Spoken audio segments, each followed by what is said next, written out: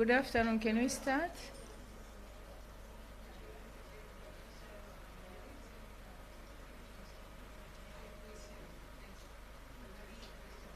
I think we are going to start in 1 minute. Good afternoon, everyone. Welcome back to our session. We are now going to have the discussion on policy brief with the Coastal Resource Group. We now would like to welcome Dr. Katikiro, who is going to present briefly on the content of the policy brief. But I believe you all have read the document now, and we are going to hear your comments. Karibu, Dr. Katikiro. Good afternoon. We are glad to invite you to our presentation on the policy brief, which actually is coming from the research package, the coastal research package. And as the coordinator of the session has said, because you have the draft printed policy brief, I won't take much time to go through it, but rather I will try to highlight some few key points. And what is important for us is just to get a feedback, and also is to make you to be aware of what especially is coming out from our work as part of the policy brief. Understandably, we all know that the policy brief has to come in what is called a soft language, and more or less it's like we are targeting the policy makers. Actually, we are not targeting the scientists, so that's opening for more research, but rather we are going onto the ground and looking for the important things that needed to be addressed based on our findings. Now, our policy brief is termed as Lessons from Research on New Partnership for Coastal Resources Conservation in Tanzania. And basically, there's a challenge that has made us to come out with this policy brief. And this challenge comes from the basic knowledge which we all know, or most of us understand. You know, there are many challenges facing coastal communities, and more generally, that there are many challenges facing coastal and marine ecosystems. And when we talk of this, we are putting together the social and ecological aspects, so that when we are addressing it, we want to tackle this from this point of view. Now, from this challenge, we know there's been a number of problems, one of it being increasing population, which is also increasing the need for coastal resources. And most of us here knows that coastal resources play an important role, including being the source of food. You know, people are getting fish, and from fish, some of which they are consuming, and some of it is being sold. It's becoming a cash crop, and they are getting a cash income. Then they use this income to purchase or to fulfill other needs. And because of that, the pressure is increasing. And what we know is like the way we use it to harvest these coastal resources, most of these methods are still rudimental. When we talk here, mostly we are talking of small-scale fishers, or perhaps we are talking about artisanal activities. Now, the activities which use very rudimentary gears, that the gears which do not allow the fishers or anybody who want to exploit the coastal resources to move beyond the intertidal areas. Now, this study, as you have been described from this morning, especially for the coastal work package, that it was concentrated in Mtwara, and the area that was chosen is one of the intrinsic areas. We have heard all of these stories from the conservation aspect and also from the energy production point of view. And there was one member, when he was discussing this morning, actually she reminded us even the discovery of natural gas that came before the gazettement of what is called the marine protected areas. Now, what we see here is like one of the challenges here is just to strike a balance between the conservation and the other economic development. And we know also the trends and the challenges that our country has been passing. If we look to the development trajectories, and we see that there are certain instances the country was looking more on the energy, and there were very many good reasons for the country to look on the energy. But that is not the only challenge that this area has been facing or is facing. And as we were discussing also, when this project was conceptualized, there were these issues of putting these resources that they put as corals, they put as mangroves, and also they put as fish. And if we go more, I think perhaps that may not be important for us for now, but even people will ask for other resources like the sand beaches, which could support the tourism sector. But we know the biodiversity which was found there, especially the charismatic organism like the turtles, etc., they are staying there are the sources for tourism attraction. Now I have spoken about the threats, and most notably we all know, most of us here knows, especially those who are very interested with coastal issues, the use of destructive fishing activities. And here we are citing the use of blasts in the fishing, but also there are many other destructive fishing methods that has been prevalent in the area. And we know the motives behind that. This is mostly being driven by satisfying immediate needs, which in a moral way we could say it's because of the quick cash, and that cash is needed for other activities. And we also know that there's this issue of using kokoro, which we call it beach seine. And yeah, for most of us, what we know is that perhaps it's used because of convenience, or perhaps it's used because it attracts many people. And I know if you look to the dynamic of fishing communities, looking to their social culture patterns and the way they work, it will become clear that why perhaps most people will be attracted to this gear, although there's been a number of initiatives to warn and even to make us to be aware of the impacts that may come out of it.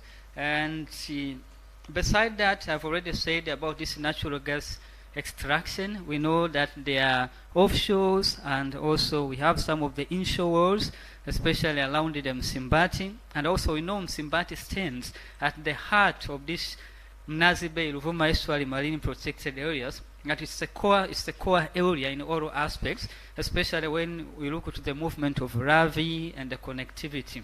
Now with all of this, then we had this challenge. And what we have heard from conceptualization of this project, it was like that people are trying to compare, because the issue here was sustainability, and the angle that this project was trying to see is by looking the participation which was coming from a number of actors. And the question was to see if we have multiplicity of actors, or if we have singular actors, then the outcome will be different, or the outcome will be the same. Now, what we found, especially, is what has been already described this morning, because we all see there was an issue of governance being discussed, and perhaps there's still an open room to discuss for the governance.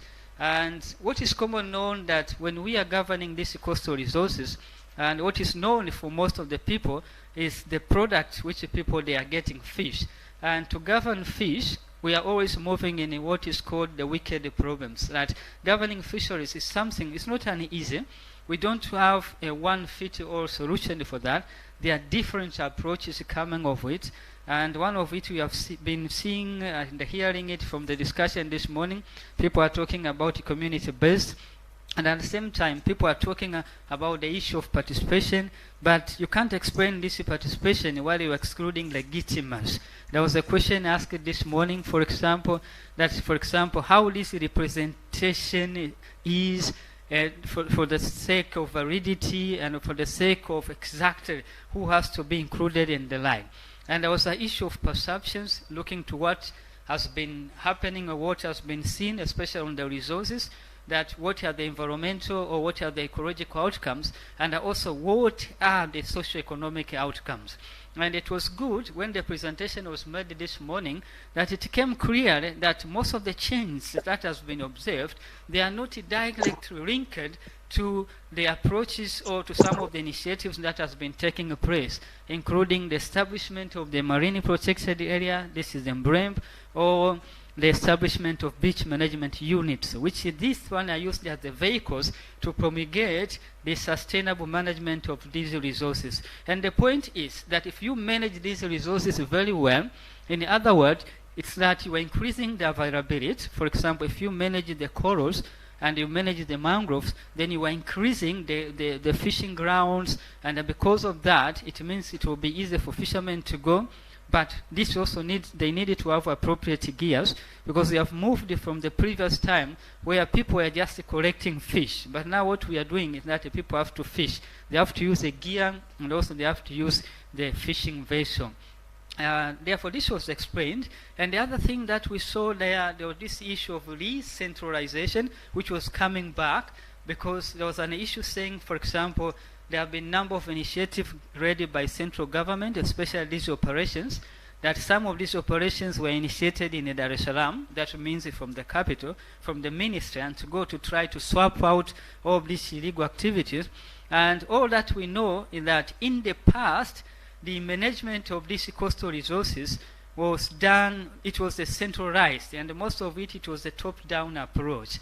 And with the change that has been happening in the management of natural resources, then it was easier realized that this does not work. And therefore the issue of community-based, that is what it came in. And even when they were establishing these marine protected areas, especially the emblem, the one that we are referring to our study, is that one of the approach was to use the local communities. That the local communities has to be the part, it has to be at the center of the implementation of the project. But what we see, most of the caveats that are coming, most of the weakness is like this sense of ownership, that there was a number of things that were coming up to make people feel like what it has been promised, it has not happened, and because of that, it is bringing problems rather than bringing the prosperity for what the people expected to see or expected to get from their own resources. Now, having said that, we came up to the policy recommendation that what this study or what this package of the project is trying to give out as the recommendation for the policy makers. Perhaps for the researchers also, they can take some of the threads from here and then come out to some of the research projects or programs to address some of the issues which were not covered either intentionally or unintentionally by this project. And one of the recommendation that came out clearly from our work package is that we see that there's a need to bridge up the diverse interests among the actors. There are a number of actors. This morning there was this issue of tourist operators, especially the hoteliers. And I think a practitioner from Mnazi was trying to explain, going back to the Marine Parks and the Reserve Act, and then also looking to the side of this practitioner, to the side of this hotelier, who perhaps is more interested in making profit, that they are less interested in conservation, and therefore this is like the number of conflicts and the trade-off which needs to be bridged up. And one of the things is now to identify, and I think tomorrow there will be this issue of social network and analysis showing the complex webs of interactions, and then looking to the proper ways that how now we can bridge this diverse interest, so that when we are talking of governance of these coastal resources for sustainability, then we are talking in the same language, because there are some people here who are looking for the outputs and there are some people who are looking for the outcomes. And we know for most of the people who are on conservation, we are mostly looking for the outcomes, not for the outputs. Because if you are going for the outputs, then it's better to establish a 5-star hotel, maybe 10-star hotel in Mnazi Bay, so that we can get the government revenue. But without considering that in the next 2 or 3 years, even people will not be coming there because the beaches, they are not clean, they are no longer pristine. And in other words, it's like the resources that were supporting there is being corrupting. And the other recommendation that came out clearly was the need to review the existing governance structures, that there are a lot of overlaps. Here we are talking about marine protected area, Mnazi Bay in this case, and also we are talking about beach management units. Now what we found, and that is why we are recommending it, that there's a need to review these existing structures to avoid the overlap and sometimes to avoid the conflicts that are coming up because of diverse interests. Because if you look to the district councils and then if you look to the marine park authority, sometimes you find them, they are not working together, but rather they are working in parallel, and this is increasing tensions and distrust, especially for local communities who actually see then that there's no need of embarking or just looking to conservation. And beside that, this has been said, and we reiterate again that we need to balance conservation and livelihood needs. And for example, if we are going back, because I think in the early 2010, where there was this great movement of producing natural gas, when we are thinking that now we want to produce our electricity from natural gas, I think the marine park was like non-existing, because all the interest, there was much influence from the Ministry of Energy, and at the same time this ministry was acting, I would say that they were acting without consulting the ministry responsible for marine protected areas. But remember that these people are conserving these resources. We are all going to the villages and telling them like, okay, we need to protect the corals so that the fish will breed, so that the tourists will come here for snorkeling and diving. And at the same time, we have the other part where people are coming and say, okay, we need to extract natural gas, and because we're extracting natural gas, investors will come here, we're going to establish industries and all of that. Now, if we don't balance that one, then we'll be in trouble. Because even we know this natural gas, where it is coming from, that its origin is coming from natural resources. And it's not that it will be there forever, that this reservoir will be there, but at a certain time that one will be exhausted, and it's very difficult, again, to rebuild that situation, to come back to what it used to be before.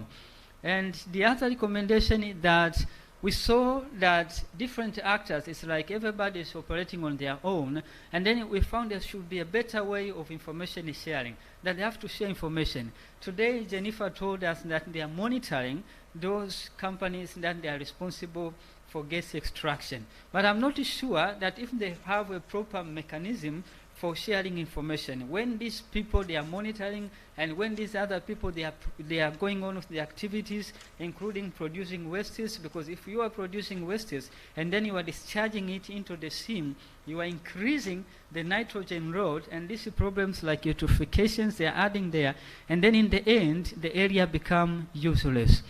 And lastly, but not least, which came also as one of our policy recommendations, is to find a proper way where we can facilitate support and looking for the sources of finance. That we want to make these institutions, which they are responsible for managing and governing these coastal resources, just to work on their own. Because there are times, actually, this institution, like maybe the village liaison committees, from the marine park and also the beach management units, that they don't have resources, and because they don't have resources they are becoming inactive, and some of the people who have been in those institutions like members, therefore they decide to give up, and when they give up, when they go away, that they departed from this, they are not becoming good ambassadors, but rather they are becoming bad ambassadors, because what they try to say they are up to promulgate is always against what has been expected, and this becomes a problem. Therefore, we needed to find the proper ways from both sides, looking to the types of partnerships, then bringing them together and seeing how we can facilitate support, how we can have sustainable sources of finance, and even to build their capacities, because in both BMUs and in Marine Park, where we are having these village liaison committees, it means people are elected within a specific time, and I think they are not eligible for the election after a certain period of time, that there are new people who are coming. Now, if we don't have in place a program to build the capacity for them, then we are in trouble. All that we see, it will be like you are doing certain thing, then after a certain time, then you undo, and because of that, just to build this continuity, and which will focus now on the sustainability, that what we look on the long term, and what we look especially on making sure that life below water is improved, is becoming something that has not been established.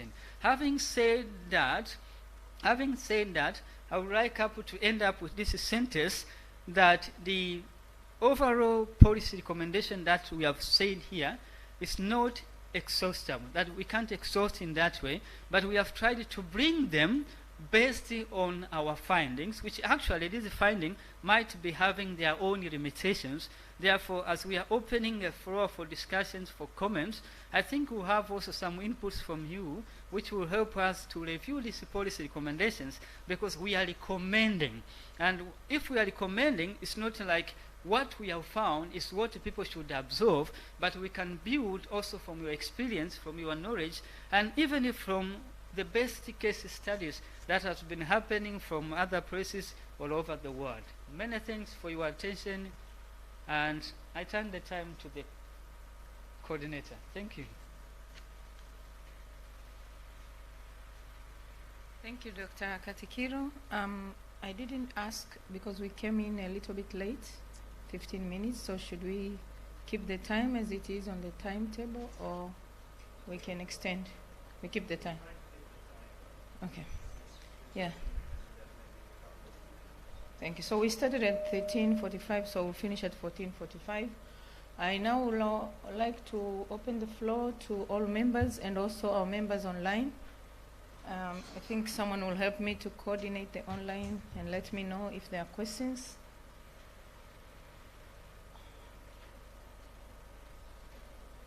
Yes, Karibu. Yeah, so this is like joint forest management or joint resource management. So there are words which we have to use again. Balancing, when you have partnership, we normally use the word reconciling conservation and livelihood. Because if you try to balance, it's going to be difficult. That means 50-50. That is sometimes very difficult. But I think for JFM, or for community or collaborative resource management, it has been quite a challenge, especially when it comes to resource sharing. And I think the Ministry of Natural Resources and Tourism currently, it has deployed paramilitary. And I wonder whether this research can come up when they say community-based has failed. That is according to some people within the government, especially the state. And that led to my organization to diverge from joint forest management to community-based forest management, because of the difficulty of resources sharing and the expectations, which I have mentioned them, is difficult to meet those expectations from the community. Should this recommendation focus on recentralizing? Because the other parties considering community-based is becoming costly, is becoming external. And I think there was even a comment from in the morning, I think, did you ask the other part that can they accommodate this? Because if the other part is not interested, then we are also looking to have the paramilitary for the coastal resources. But the other part which I'm getting difficult when I'm on the ground is to reconcile these different interests, the perceptions and the reality. Sometimes science says, in order to rescue the resource, and it's good you have mentioned, as conservationists, we are looking at the outcome. Maybe we are not looking at the process. But I think, is the perception which is negative, is it related to lack of information? Is it not people believing that we have to keep this resource because if we do A, B, and C, we are going to deplete this resource, and the consequences are Or is the perception depending on the needs? I need this because I've been used this to do these things. So it becomes so difficult, and I can even put my shoes in the government side. Maybe sometimes I feel community-based is rubbish because it takes a lot of time, the energy to keep these people happy. So it is really difficult. But I think the other thing, which is, you call it as brokers, yes? Yes, I'm an NGO, and yes, we are brokers. But also we shifted to community-based forest management. But what we see again, which is very interesting, the government is coming back. It is recentralizing even in the community-based forest management into forest reserves. So as brokers, we are seen not credible anymore. So the worry comes, I think, even for these brokers, you see them today, they won't be there because now they won't be even trusted by the communities because they feel the communities have been cheated. That we set aside our forest land, a village forest land, then a few years later, then you are coming to recentralize. And that is the same experience is happening for the community-based forest management. We have gone even further village land forest reserve, and we are saying, okay, may we have to gazette them, which is costly.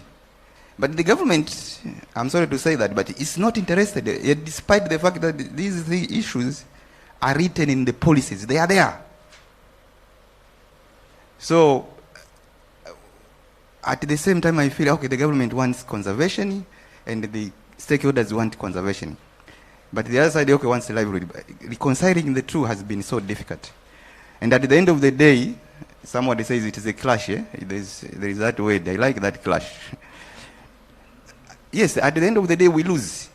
And the statistics is very clear. For example, if I say on the community-based forest management, the forest under the village land, which is 21 million hectares, which is there, and the current deforestation of 400 hectares, we are estimating after 30 years or 50 years, these forests will disappear. And we have to discuss now. But the factors they are pushing that is, there are many. There is population increase, there is demand for land. And if we don't discuss them now, it will be too late to discuss them in 2030. Thank you. Thank you. Okay, there is a comment online. Just a brief question from Fiona Noonan. Could the team give specific examples of problematic overlaps of responsibilities, and are overlapping remits necessarily problematic?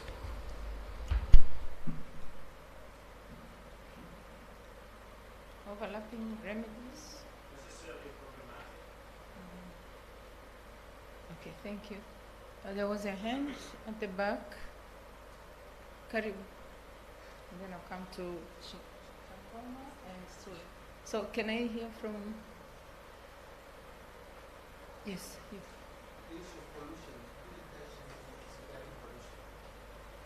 Okay. Okay, thank you. Did you hear your name? Because I'm... Abdallah. Abdallah. We didn't touch anything on the issue of pollution. That's what he said. So I think we're going to talk about it. Changoma and then Sule.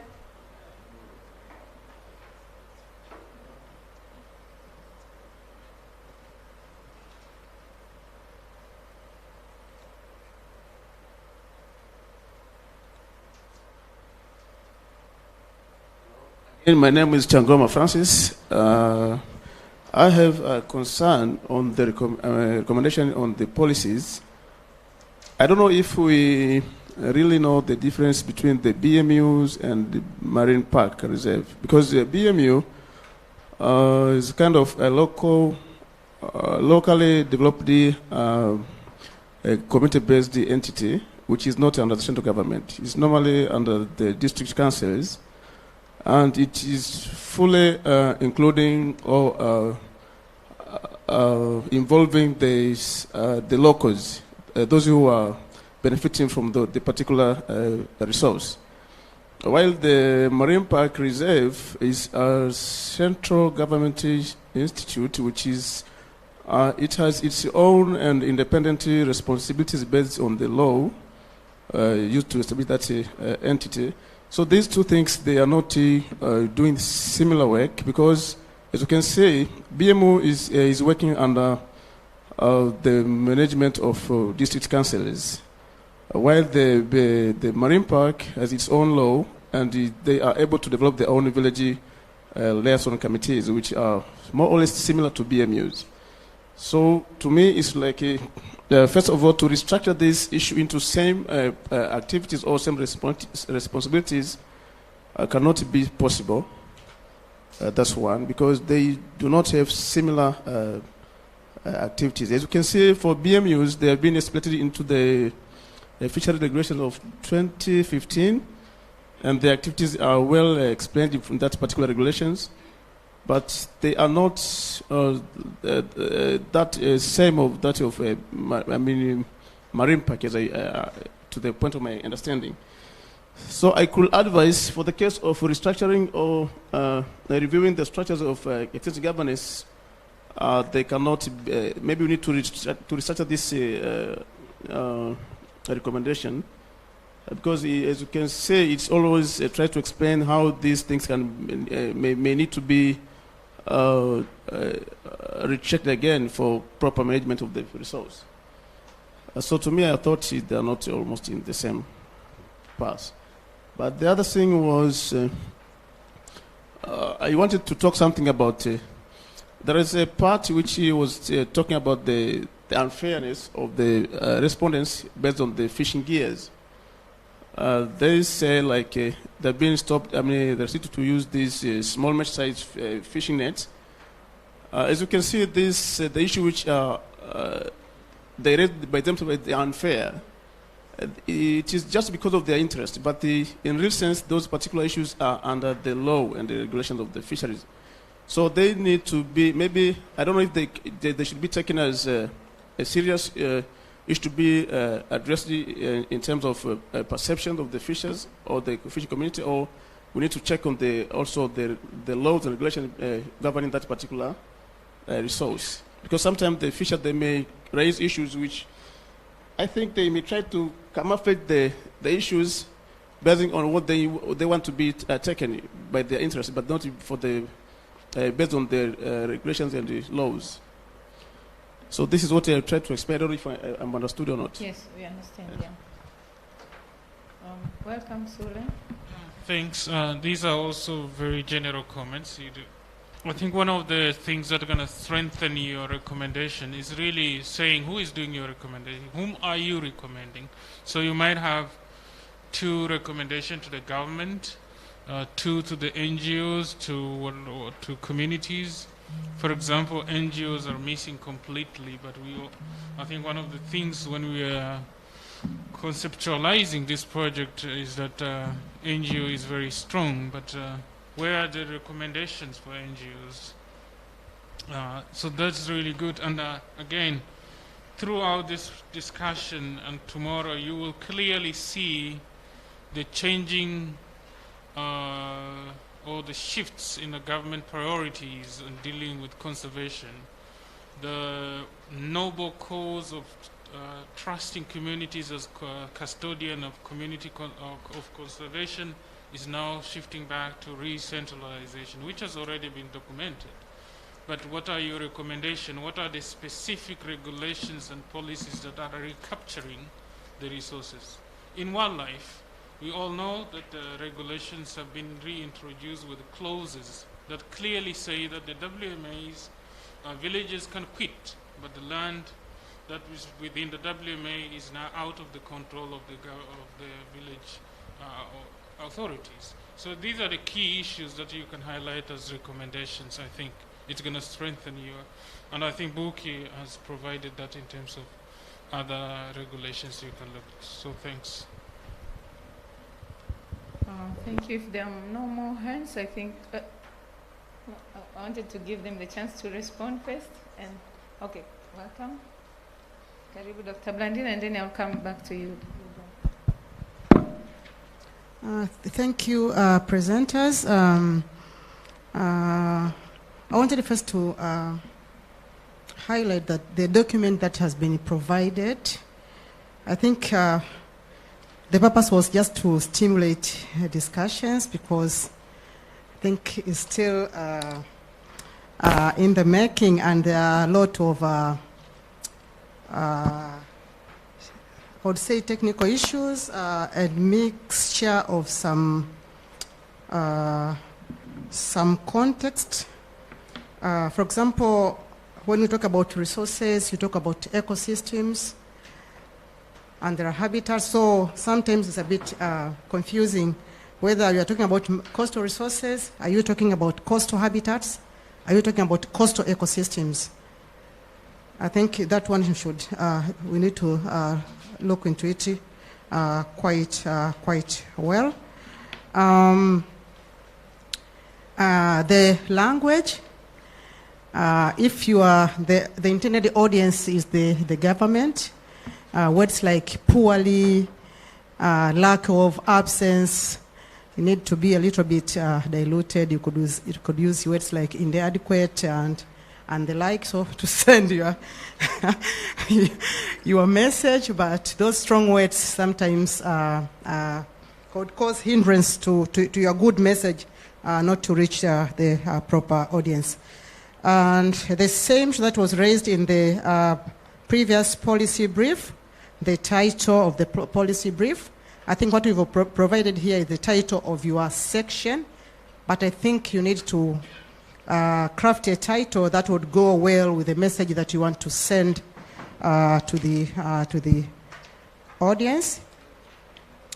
There is a figure here showing destruction and degradation of mangroves and coral reefs, but the legend doesn't show which habitat is a mangrove, which habitat is a coral reef.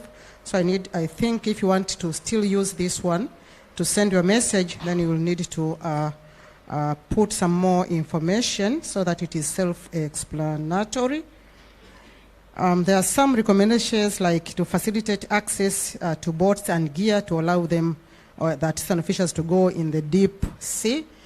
I would like the team to look into this kind of recommendation, because it has a very, very significant financial implication. Currently, the government is planning to venture into the deep sea, and it has gotten a loan which is real huge. So maybe we try as much as possible to have feasible or practical recommendations. And lastly, I'll give you my other comments, but I wanted to know the relevance of the photos used at the end. And my question is, to what extent are the findings of this project and the recommendations applicable to other areas with similar setting? We have Marine Park, Mafia Island Marine Park. We have the Tanga Silocanth Marine Park, where there are villages within them and also BMUs. Do you think your findings and recommendations would also apply to those other areas, or are very specific to the setup of the Mtwara region? Thank you. Thank you very much, Brandina. Dr. Jida, thank you. I just have very minor comments. For example, as I mentioned, seagrass is important. Most of the things I wanted to say, Brandina has already said them.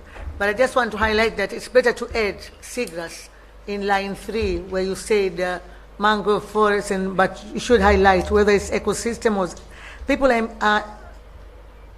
are dependent on fisheries, which is coming from these habitats, corals, mangroves, and seagrass, or whatever, but you have to find better words. And then in the balancing part, in the recommendations, where you say balancing conservation and livelihoods, I would prefer if you add in front in a sustainable manner, so that to ensure that it's done in a sustainable way. And also, as she said, I was also thinking the same. Deep sea engagement is a good thing, but it's not easy because it's expensive. So you can suggest easier things like maybe octopus closures. I mean, like establishment of no-take zone, size limits of fish, and these kind of things. Thank you. Thank you. There is Sorry, just one question from online by Leonce. Can you hear us? Would you like to unmute yourself and ask the question? Leonce, you're welcome.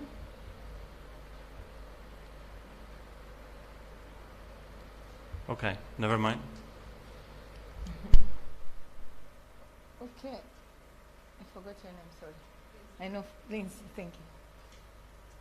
I just want to follow up from what Blandina has just mentioned there about the relevance of the findings from Mtwara to other coastal locations. And part of the reason for bringing this up is the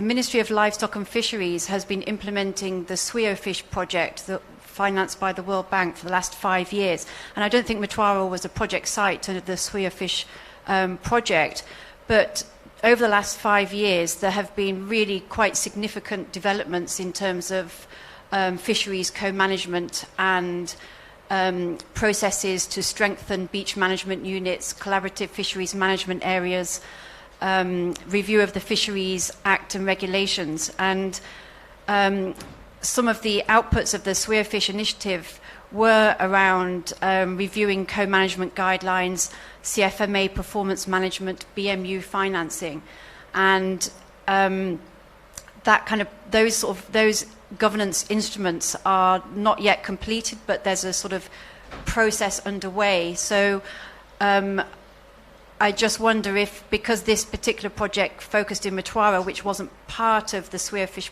project, that there are other developments in the fisheries sector elsewhere that haven't quite been captured in the policy recommendations. Thank you. I wanted to give Dr. Katikiro a chance to respond, and I don't know if Rasul wants to also give some responses. I will also come join my team as well, and Professor Ponte, if you have any Okay. and then we can take another round of Thank you very much. I will try to go through some, and perhaps the one that I will not be able to respond, my colleagues will add to it. And maybe I will start with the last questions and comments, especially the one of looking to the relevance of our finding to other contexts or to other localities. Yeah, what I would say is like some of our findings may be relevant, but we have to be a little bit tricky and just noticing that these are the solutions, then we have to transport these solutions, like the one we had in Mtwara, and then take them to Tanga or to take them to Mafia. Because I think when we were implementing this project, we had also lessons from previous findings that were taken directly from one area to the other. For example, the gear exchange program, which was done in Mafia Island Marine Park, and then the same criteria and the procedures being used in Mnazi Bay, which actually it didn't work, and the result were worse. And in terms of evaluation, it was like there was no value for money. That was the wastage, because when people were feeling like, okay, now what we saw in Mafia, like there was a gear exchange asking fishermen to bring destructive gears and then to give them good gears so that they can venture and increase their productivity. But what we know in Mtwara, it wasn't the same. People received these gears and then some of them went and sold in Mozambique and then again brought the destructive gears from Mozambique to wait for another gear exchange. Therefore, what we will say is like, we'll try to use them as the highlights that they can show us, but not just to say, okay, because we found this, then let's we also adapt this one, or let's we establish this based on what we found in Mtwara. And the other question which I have to respond is this issue of just saying, there was one of the members of the plenary who said the way we are using the word balancing, then it may be to reconcile.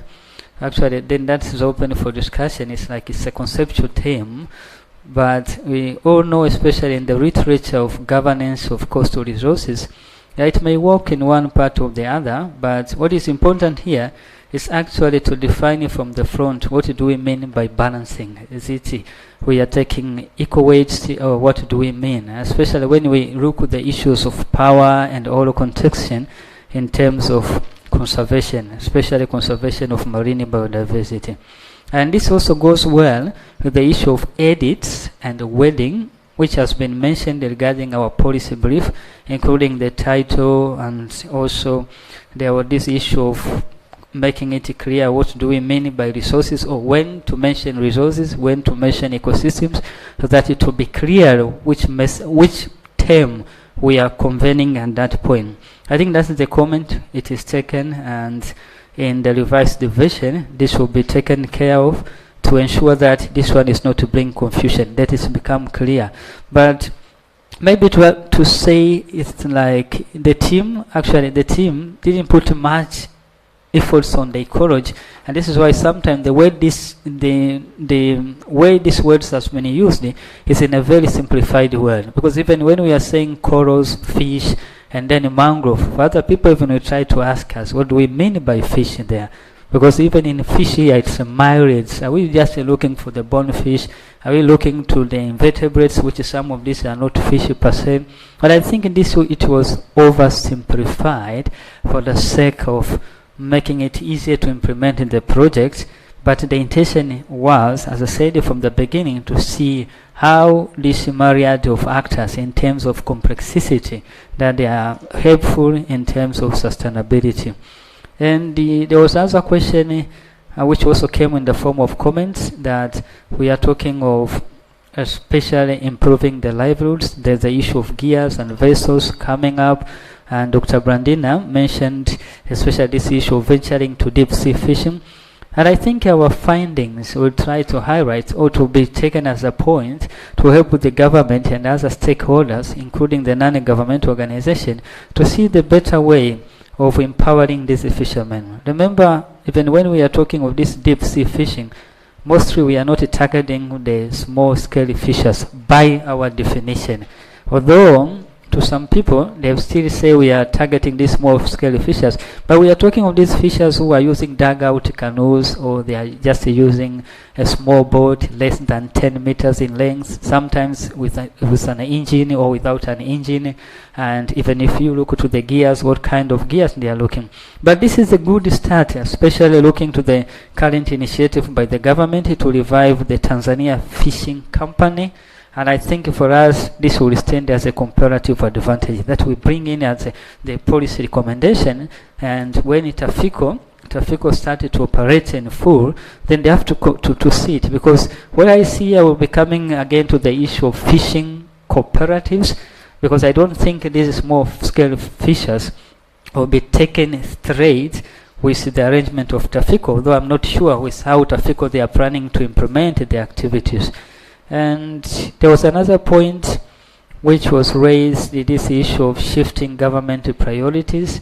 And actually what I will say is like our findings might not influence this, because we know our governments are not fixing the priorities, and these priorities keep changing depending on who is on the regime at that time.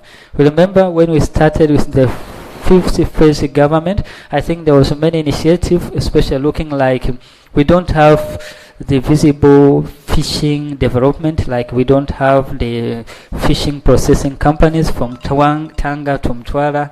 And I think there was a kind of discussions going on, and perhaps this would have helped. But for us, we are standing, because we are starting to look at these resources, or the ecosystems which are embedding these resources, they're in a good condition. And we are pushing it somewhere, and perhaps other people or other researchers will take it from there. And there was also a question on these issues of perception. And we all know, especially who are working on social sciences, that perceptions sometimes they are subjective.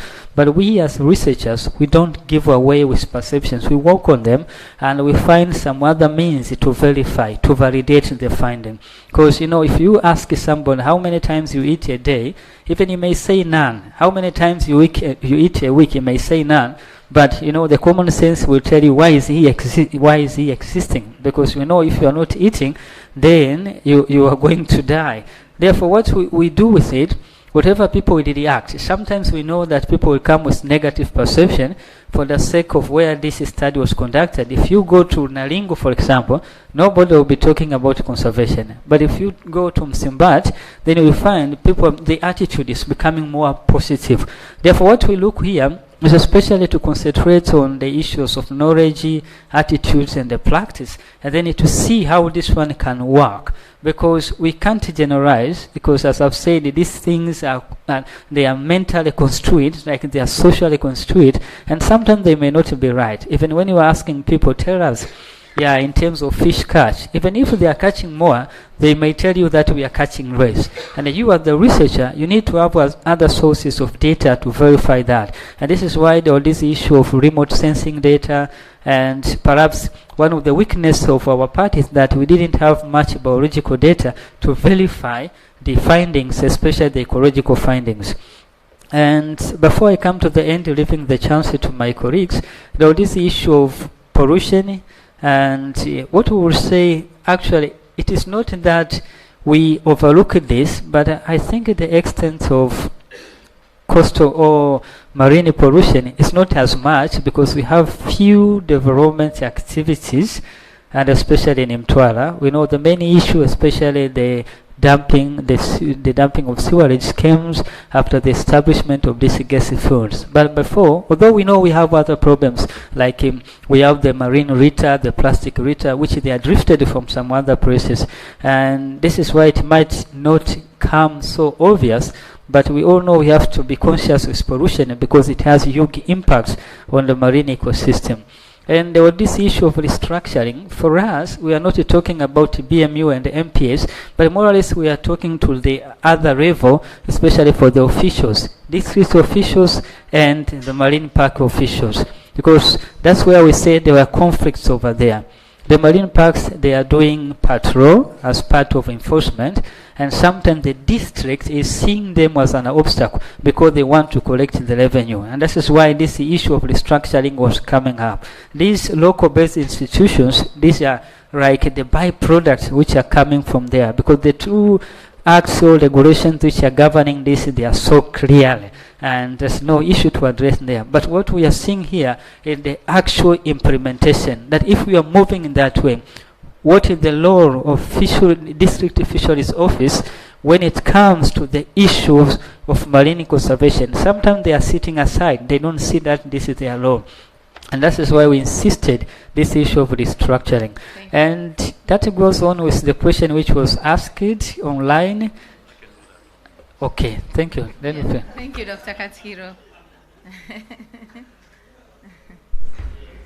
Professor Ponte. Yes, I wanted to answer the question posed by Fiona. Yeah. But also before I get there, I really would like to reinforce the message that Katikiro has sent, that we really need to take good care to use perceptions, because perceptions give you an indication about the legitimacy of an operation, of a project or of a governance system in a locality. Of course, there will be people who use those politically, and that is most likely to come out in focus groups. We understand that. We know the posturing. We've been working on this for a long time in many projects. Since we have a variety of triangulation systems, so we have key informant interviews individually, we have focus groups, and then the survey. I think at the end of the day, we get a pretty good idea of how, what the general feeling is, but also differences within that, because communities are not uniform. Of course, there are different interests there.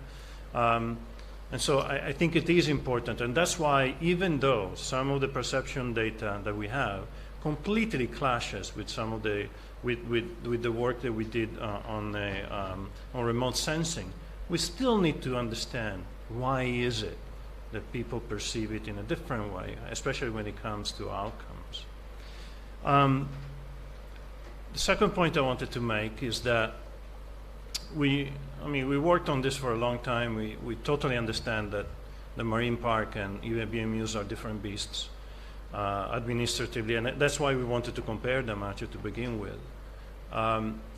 Yet at the same time, they operate in a territory with communities, and they have impact on them. And therefore, even though the philosophy is very different, we must find a way in which better coordination can take place. And in particular, is not only between them, but also between them and the existing local government structures. And this goes to respond to Fiona's question, but also links to the other questions. And by the way, all your comments are very well taken. We're learning a lot here. So we're coming back on some of the things to continue a conversation. It's not more than that. So, for example, in the Marine Park, for a period of time, there was confusion about which local government setup had, community-based setup had the power to advise and make decisions about environmental management. Was it the Village Environmental Management Committee, or was it the liaison committees that were set up under BREMP? Same story in BMUs. We have the BMU, and then you have the Village Environmental Committee. And again, a lot of confusion there. Some overlap of people, but then at the end of the day, there was like who's doing what. Add that the fisheries office and who is available, who is in charge of collecting fees at the landing site. Again, a lot of back and forthing on that. All of these are quite deleterious because people don't know where to turn and don't know where the authority is. They don't know where they can make a difference as being part of a local committee or one sort or another. Then there is the issue that part of the marine part of the BMU and the BREMP in one particular area, they overlap. And we've had a long discussion on both sides because, again, the fishermen who operate in that area, they say, so which set of rules should I follow? They don't know. And of course, they will go for the laxer ones because that's what one would do, right? Finally, and then I'll finish, there is the issue of dynamite fishing. So both BREMP and BMUs have patrols. Some periods they have money for carrying them out. Some of the periods is they don't have it, and so they don't happen. But then what happened in 2017, then we had this kind of big operation coordinated by the commissioner. And it's more of a paramilitary operation. And lo and behold, the dynamite fishing stopped. And in 2018, people were telling us, oh, you know, actually the fish stocks are coming back. We're starting to fish again. And that's all great. But then a paramilitary operation comes in and out. It's not a solution in the long term. So the people in the BMUs and in the BREMP, they say, so now that I've done that, so what's up with us? How we don't have those powers. And so I don't know what the situation is now, but I suspect that in the long term, there will be some creeping back unless something else comes from below and controlled locally. So these are really key questions for people who are trying to make sense of authority and legitimacy. Who does what? What can I do? What can I don't do in that area? And that's why we call for coordination. I know that's a cheap call, but in a sense that is quite generic, and we need to be more precise about who coordinates with what. Totally take that. But it's absolutely essential. I mean, this is the thing that came out all the time in the field. And I've been in the field a lot less than my colleagues, and I even got it for those few weeks, a couple of times that I was there. So thank you. Thank you. I think we should give a chance to Fiona if she was raising her hand, but okay. Rasul, you want Hi. Yeah. Yes, yeah, thank you very much. I think that was very helpful. I think it's just that I felt like it was talked about, but there weren't sort of specific examples. And I do agree that the remits and responsibilities are not always clear. And I think coordination in itself is very difficult as well. And I think any ideas or insights on how coordination and cooperation could be encouraged would also be welcome from the project, because from my sort of previous research and experience, coordination only happens when there are projects that sort of pay for and encourage and facilitate cooperation and coordination, but it doesn't happen very often otherwise. And I suppose that's partly because people or organisations are trying to protect their remits and have their own budgets and have their own plans and activities. So I think coordination is right. It's right to call for that, but that's very difficult as well. So it's not an easy answer, but I'm sure you know that. Thank you, Fiona. And because I was also a member of this group, may I give myself a chance as well to respond to some of the issues, some of the comments. I think they are very useful. And as we said, we are going to improve the policy briefs. But from the first gentleman, I think what I heard was who brought the community-based in the first place. That's how I interpreted it. And who created the BMUs in the first place. So that will take us, I think, to the question by Changoma that we need to relook into the way, or to recreate the BMUs. Because Changoma is saying they are more attached to the district, but what we saw is very centralized. Even the community themselves, they understand that it's coming from the top to the bottom, even though it's called a BMU. And we have some of the discussion also in some of our papers. On the issue of pollution, I think it has been answered, but I think I also want to come back to our discussion with the also MBREMP that they're supposed to monitor whether there is any pollution in the ocean, but it seems as if, again, the ministries, like there are ministries that are more powerful than others, which is not supposed to be the case, you know. If they're ministers, they're supposed to be speaking, but some sector seems to be more powerful. But the word that we got in the beginning, maybe we should come back to it. Now we are thinking about the policy brief. When they introduced the gas in the middle of the a protected area, is that they were thinking of coexistence. But we didn't see the word the coexistence, and probably we'll try to see if we can bring that concept back and do a recommendation, really, the coexistence. And I think what I got from the interview is that there was not even a framework. The concept was thrown just there, but there were no efforts to develop it. What do we mean by coexistence and how they can coexist, meaning the gas and the conservation. So the differences between BMU and Marine Park, I think that has been answered, but Dr. Blandine, I think the fairness and fairness, that was also from Changoma. You know, Changoma, when people say they understand the conservation knowledge, at the same time they see that the rules are unfair in a way that is not understanding, that's not accepting, you know. So that's what we meant by that. Yeah, we understand this is really their perceptions because they want to use maybe legal means. But so if they're resisting, it means they don't have any other way out. And there were some of the recommendations that came from them. Probably what I'm hearing now from this is that we go back to the recommendations that were given by the fishers themselves, like they want loans because they're not considered. And I heard, I think recently the government is actually considering them as a special group that also will need loans. So maybe we'll put those recommendations back because those were their concerns. And then, of course, they interpret it as unfair, while we know for sure maybe there could be fair from the point of view of the MBREMP or other people who are doing conservation. Yes, Dr. Blandine, I think, thank you very much. The language issue will take care of that. And the figure will be improved. That figure is coming from Kevin, who couldn't come today. I hope we'll get hold of him and we'll improve. We know that there has been some things that we need to finish on the key. And other things, I think we will take them on board as recommended. Yeah, the relevance of the photo, so we'll make sure that we put a photo that will also describe what it is, rather than the way we've done that.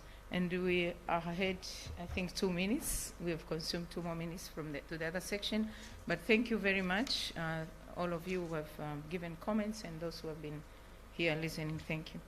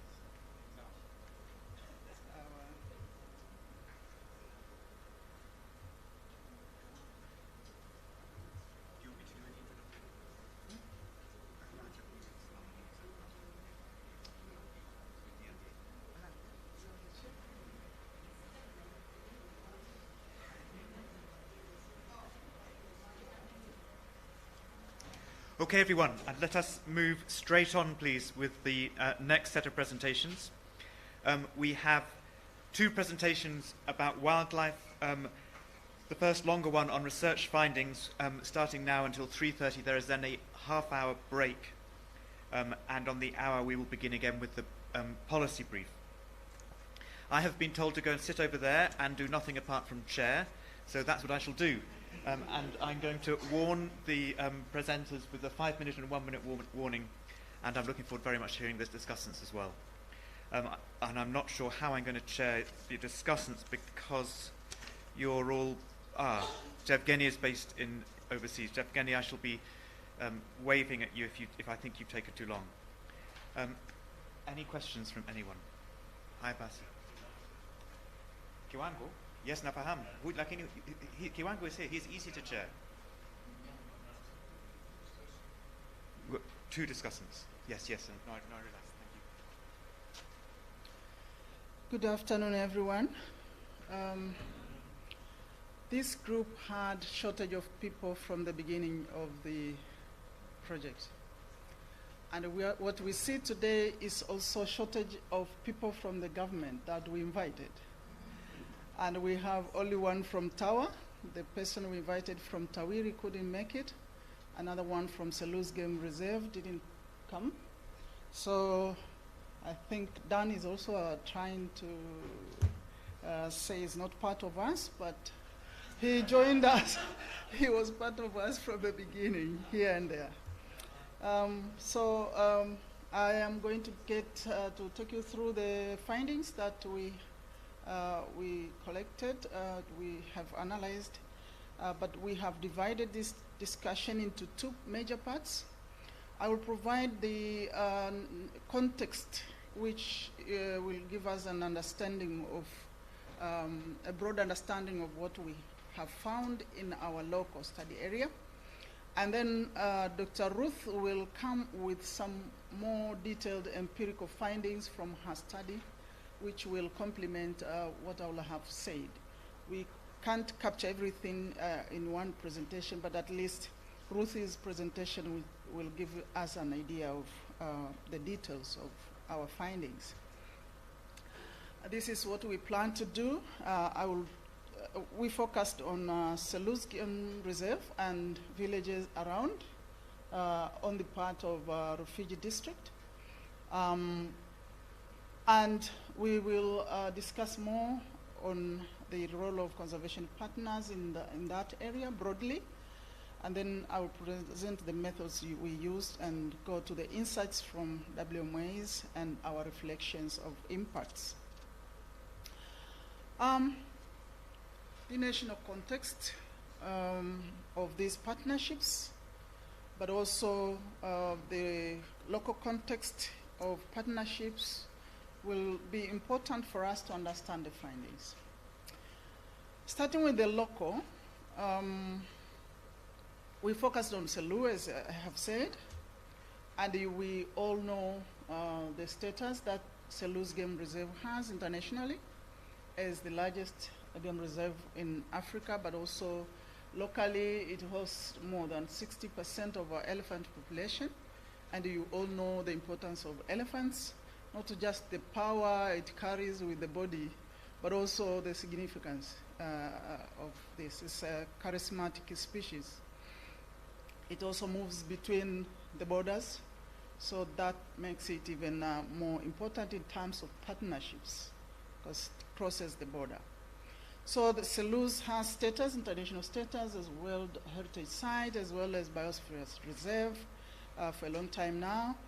But the first attempts to do community-based conservation started again in the southern parts of Selous and villages that border Mozambique were involved very early on time in establishing community-based initiatives. Highly threatened, as you all know, we have a number of international outcry complaining about the project's major national scale projects that are destroying wildlife resources in such an important site, including the uranium deposits, which have been under, I must be very careful not to say exploitation or extraction, but exploration. This is the language that is not harmful to researchers. And also the ivory smuggling. The area is also known for being the hotspot for illegal hunting. And very recently, it became also under a lot of discussions regarding the development of hydropower station, which is in the middle of the Selous, and the ecosystem is considered threatened because of all these industrial level kind of activities. As you can see, over 1,000 kilometers square of forests were to have been, to be precise, cleared to give way to the hydropower production. And more so locally, we have other significances. It's a cultural landscape where the local people consider wild meat as something very special. And they have their way of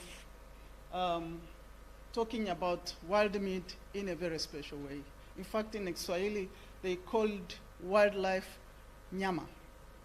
Nyama and mnyama are not different. So wildlife, wild animal is nyama in Swahili, meat is nyama, but for them, all of them are nyama. So that gives you the sense of how important this is. But also, as I have said already, it's a source of income for the government through hunting. This is a very important source actually, because major hunting investments through sport hunting takes place in this area. The hydropower development is of significance for national development, and our previous president, not the previous, but the late president, made a statement showing that it is more important to have hydropower station than actually the 1,000 kilometer square of forest, because people are cutting down trees anyway to make charcoal, and they could use electricity instead of charcoal. A lot of debate is around this, but showing that this area is very important locally, nationally, but also internationally.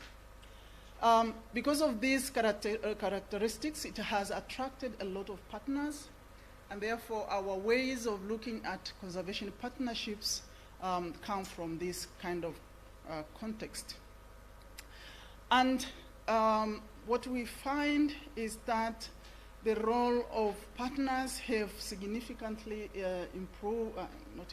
increased over time in terms of especially expanding the area for conservation in terms of protecting wildlife. And we will see also how that has worked for local communities.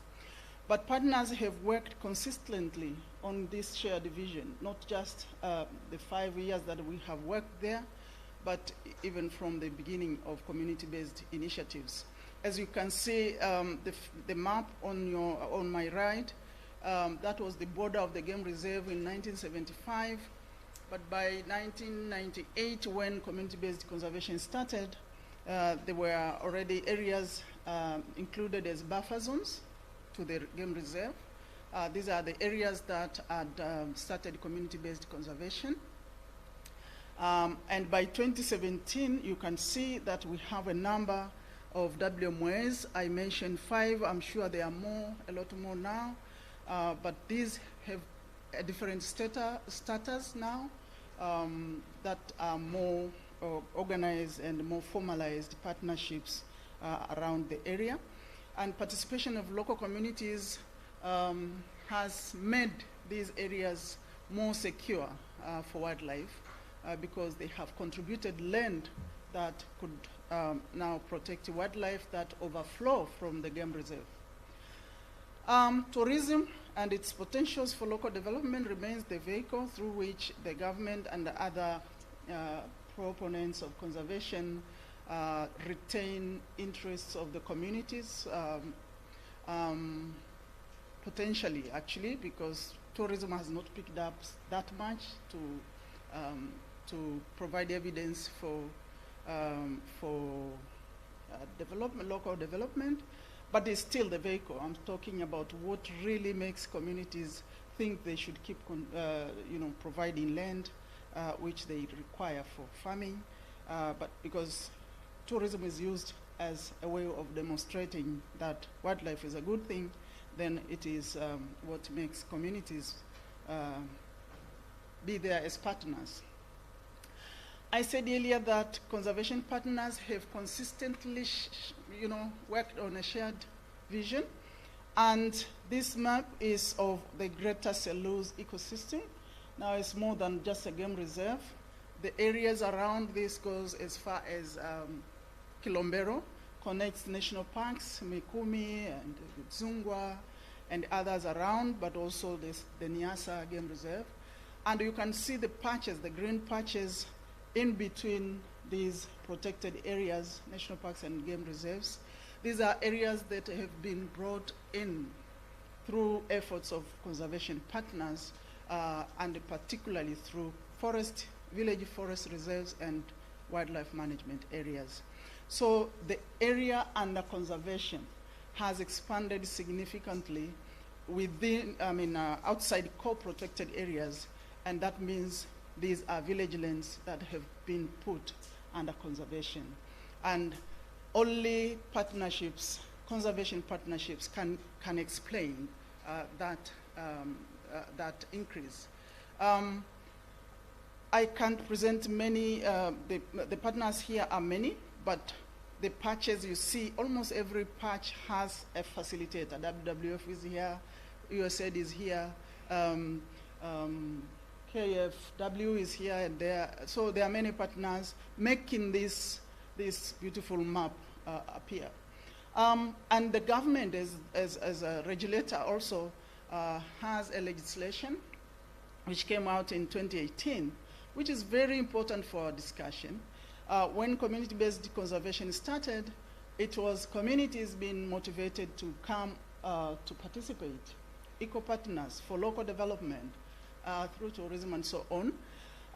But now, come 2018, the government regulated activities and also what exactly defined these areas broadly in terms of conservation, roles of conservation. There are roles in conservation. So these patches are not just village lands, normal village lands which have conservation, but they are actually now wildlife corridors, dispersal areas, they are buffer zones, and migratory routes. So those are now formal categories of these areas which are outside core-protected areas. That is important because it also determines how people, the rights to access and so on. So our study, something is wrong with the connection.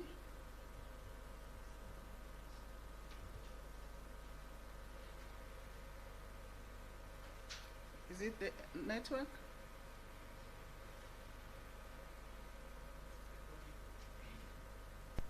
Okay, because I can't move my slides.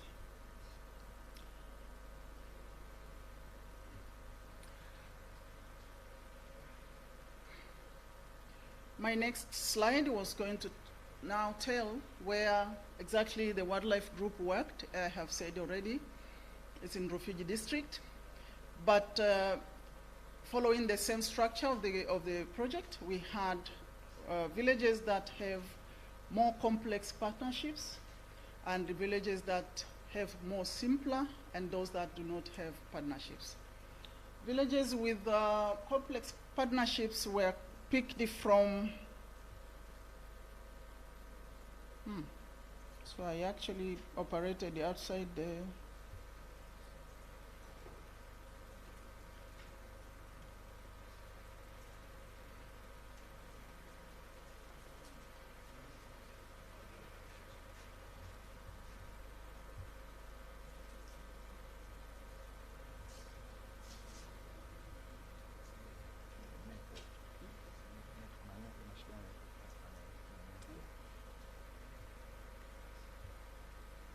Have to wait for the network because then we will be cut off from our online participants.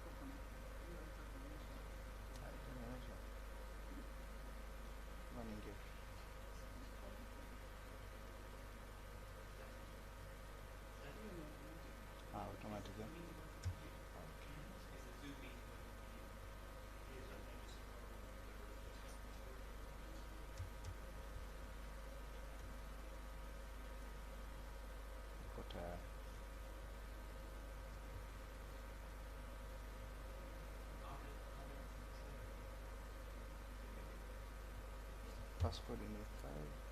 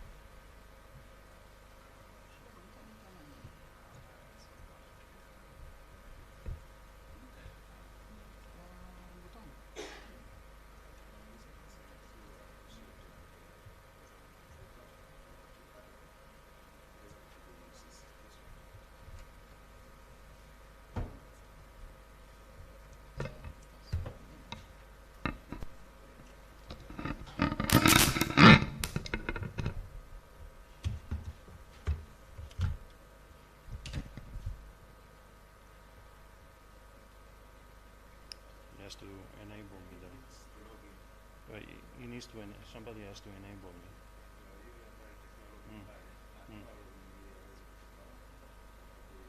Tunarudi hapa.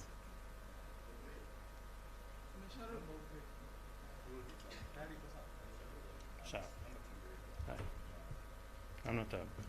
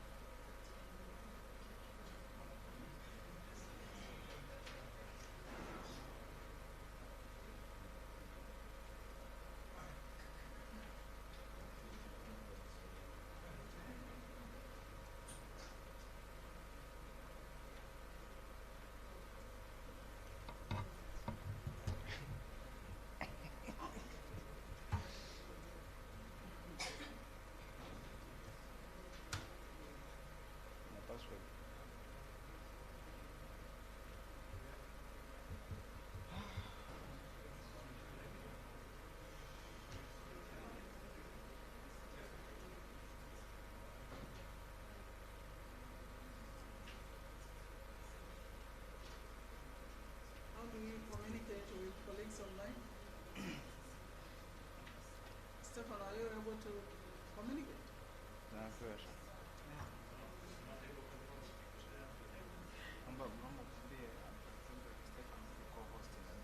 And today co-host.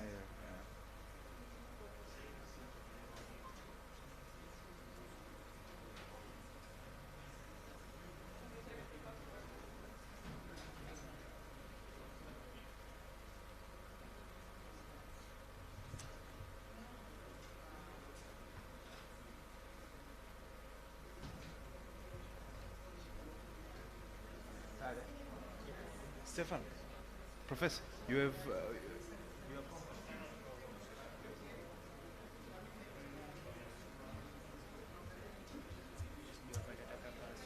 Huh?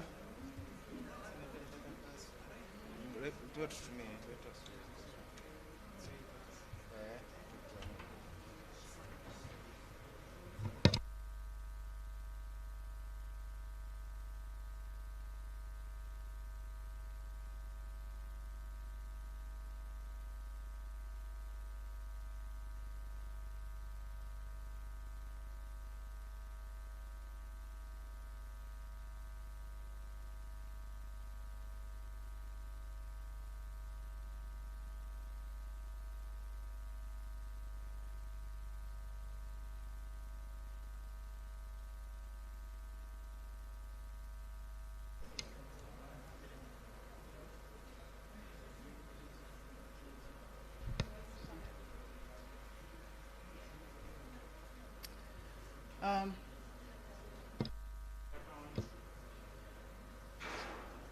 Colleagues online, sorry we lost connectivity, but we stopped exactly where you were. We were on this slide.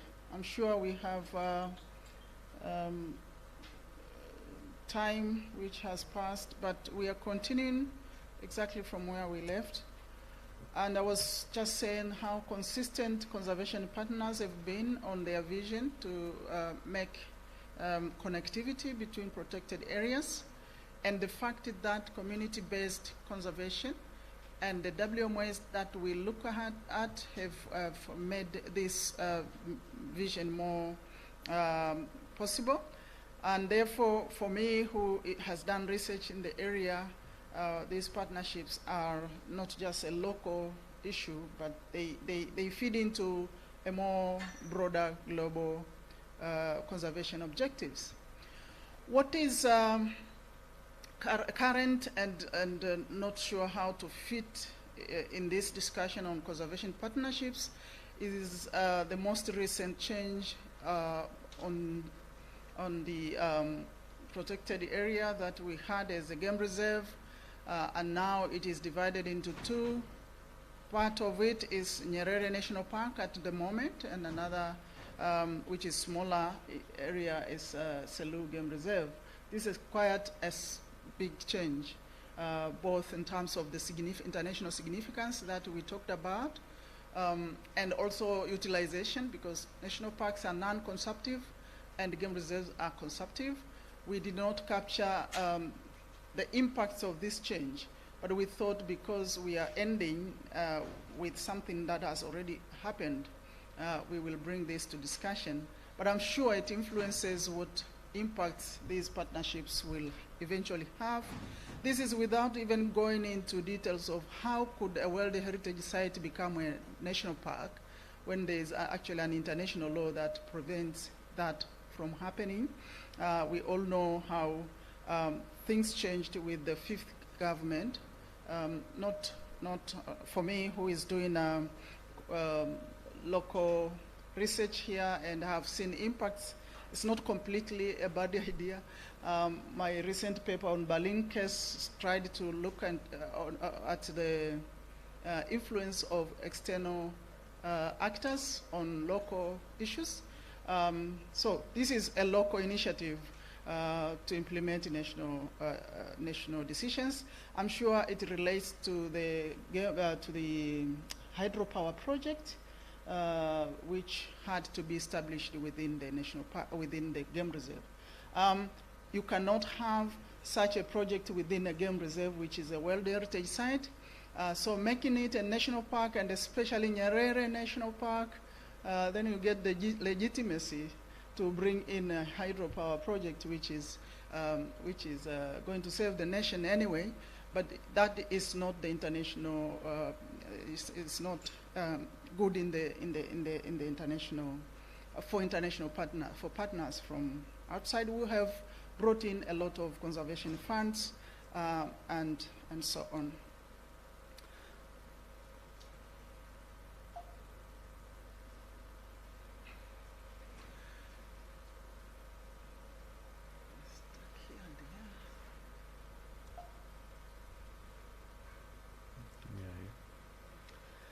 Okay, now our research site, as I have said already, was around Selous, specifically the northeastern Selous ecosystem, where we have wildlife management areas as formal partnerships, and therefore these are our complex sites.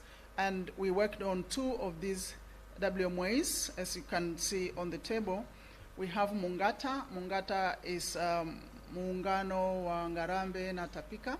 These are two villages. The first is called Ngarambe, and the second is Tapika. So their partnership makes that name. And the next WMA is Juhiwangumo. Okay, this is WMA made of 13 villages. The name consists of the names of two words. And then we have non-WMA areas, which are less complex, which are in an open area. It's a category of also conservation, wildlife conservation area called the refuge open area, which allows for resident hunting. And then we have sites which have no partnerships in terms of formalities, but they actually also border the Selous Game Reserve. So these are categories that are aligned to our research design. We did research around these villages, surveys, FGDs, and key informant interviews. but also social network analysis, which was done at the project level, but also Ruth did that in her PhD. So I'm going to end here to allow for Ruth to bring in more empirical issues of these wildlife partnerships. Ruth, I can show you how to technically move around this better. Good afternoon. I will take you to my thesis, which is my thesis contribute to the NEPSAS project. And the title was Conservation Partnerships in Wildlife Management Areas, Implication for Wildlife Utilization and Livelihood Sustainability in Rufiji District, Tanzania. As Professor Christine Noe said, in Tanzania, elephant in Seru Game Reserve dropped because of too much poaching in 1970s and 1980s, and the elephant population dropped from 110,000 in 1976 to approximately 55,000 in 1980s. Seru's Game Reserve was included in the list of World Heritage Sites in danger in 2014 because of poaching which was going on in that area, poaching of elephant ivory and the rhino horns. However, threats to wildlife continued to influence changes and evolution of conservation partnership and the other related policies such as public-private partnership, community-based natural resource management, community-based conservation, in order to include participation of local communities in the management of these protected areas. Even the wildlife management areas are also included in the list of community-based conservation. Seru's Game Reserve was retained in the list of World Heritage Sites in danger in 2019, not because of poaching, but because of dam construction which is going on within the game reserve. The establishment of these wildlife management areas are not independent of other international conservation objectives and debates. There is a lot of debate on how these wildlife management areas were established because the aim was to improve the livelihood of local communities and also improve conservation of wild animals. Conservation partnerships operate within social networks with governance ties, financial ties, and business ties. This is the main point for establishment of this conservation partnership, is in order to have the link between the governance and also finances from donors to the government, finances from donors to local community, in order to establish these wildlife management areas adjacent to game reserve. The success of conservation increased wild animals in the villages, and the increase of wild animals in the villages attracted distant and organized poachers as well as armed game rangers. However, these tensions have also increased because of changes of regulation on resource utilization, economic benefits of conservation, increased human-wildlife conflict, crop damage, and lack of compensation on the also loss of life by both wildlife attacks and game ranger shooting. Furthermore, it is important to document that reduced access to natural resources may lead to loss of lives to local communities. We did data collection in the villages, as Professor said already. Mixed approaches were used, but mainly this study was qualitative. Also, we reviewed different documents, key informant, inter-focus group discussion, and direct observation. There is actor networks in tourism activities where there is collaboration between different non-governmental organizations and the different business companies to make sure that they learn tourism business and try to improve the livelihood of local communities as well as maintaining the ecosystems. And these networks have collaborated in the villages. For example, photo number A and B, these are different projects which were established in Ngarambe village by the WWF in order to improve the livelihood of local communities. And the last photo down, this is Mloka village, where there is a lot of activities in photographic tourism. These activities are conducted between the village council and business operators. And the main economic activities in the area is farming. Most of the villagers are doing farming, and few of them are doing business, and especially Mloka village, which is neighboring Selous Game Reserve on the photographic side. So there is a lot of lodges and hotels at the villages. Because there are many activities farming, they also face a lot of challenges from elephant. Elephant used to move from the game reserve to the villages, farms, where they used to eat maize, sorghum, and the other crops. This is the photo of the villagers living in their farms to protect elephant. Because if you live at your home and you don't go to your farm to protect your crops, the elephant will eat each and everything at the village. These are temporary houses used by the villagers at their farms. There is local voices in these wildlife management areas. They said that there is no single night which goes quiet. You either hear noises of a group of elephants moving within the villages, or hyena grabbing chicken, and the people make noises from the farms to chase elephant. The photos A, B, C, D is an example.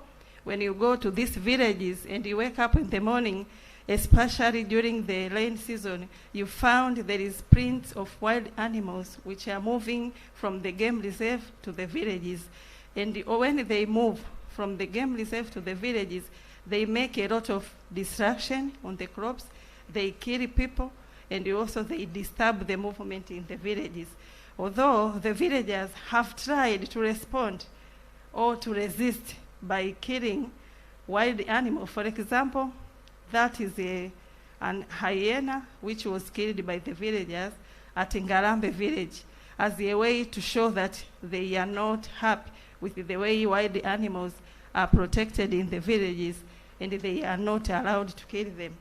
And in that photo is of baby elephant, which was also trapped, and they also cut down trees without permission, because these areas, human activities are restricted. They are not allowed to cut down these trees for their other uses.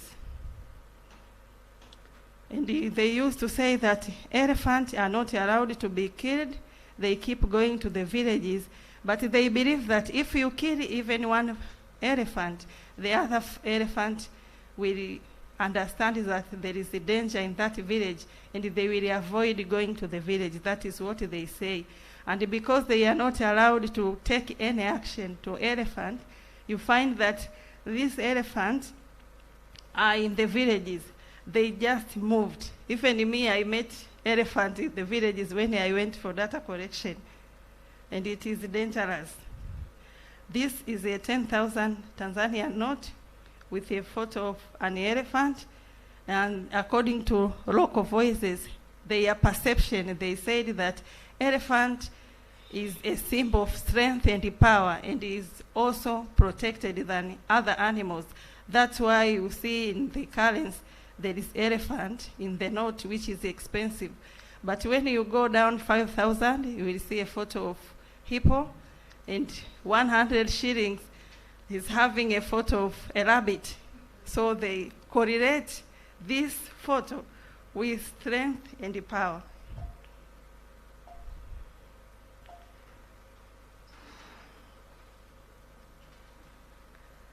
There is restriction on access to wildlife resources. This is seen in the Wildlife Conservation Tourist Hunting Regulation of 2015. Local communities say that these restrictions have affected their livelihood, because now the way they were promised that when you leave your land and establish wildlife management areas, you will benefit, you will get money, and also you will benefit from conservation. But this regulation have increased restriction. For example, there is this restriction that a lion is allowed to be hunted, a lion which is 6 years and above. So they complained that it's difficult when you go to hunt a lion and you see by your eyes or binoculars that that one is not below 6 years, is older than that. And also leopard, whose length from the tip of the nose to the base of the tail is less than 150 centimeters. This is a complaint to local communities and also to people who are operating this business, that this restriction have made them face difficulties. Also, there is a resident hunting ban since 2015. It was opened recently, but not in Rufiji district. So they are not allowed to access game meat legally. Their housing conditions are very poor. As you see these figures, the floor types is made of earth. Even the wall type is made of mud, except Mloka village. At least you can find houses which are constructed with cement and roofed with iron. Conservation partnership have secured land for wildlife protection, but on expenses of local livelihood. And the benefits from wildlife-related business have been decentralized and have not materialized at the individual level. So they said that the benefits which they get from wildlife is seen at the community level, that is improving social services, roads, health services, but the benefit is not seen at the family level. Politics hinge on activities and interests of minority because of bad contract, corruption, lack of transparency, and unfulfilled promises. Human-wildlife conflicts have increased due to crop damage and shared resources between human and wild animals, and the different methods to control human-wildlife conflict have also failed.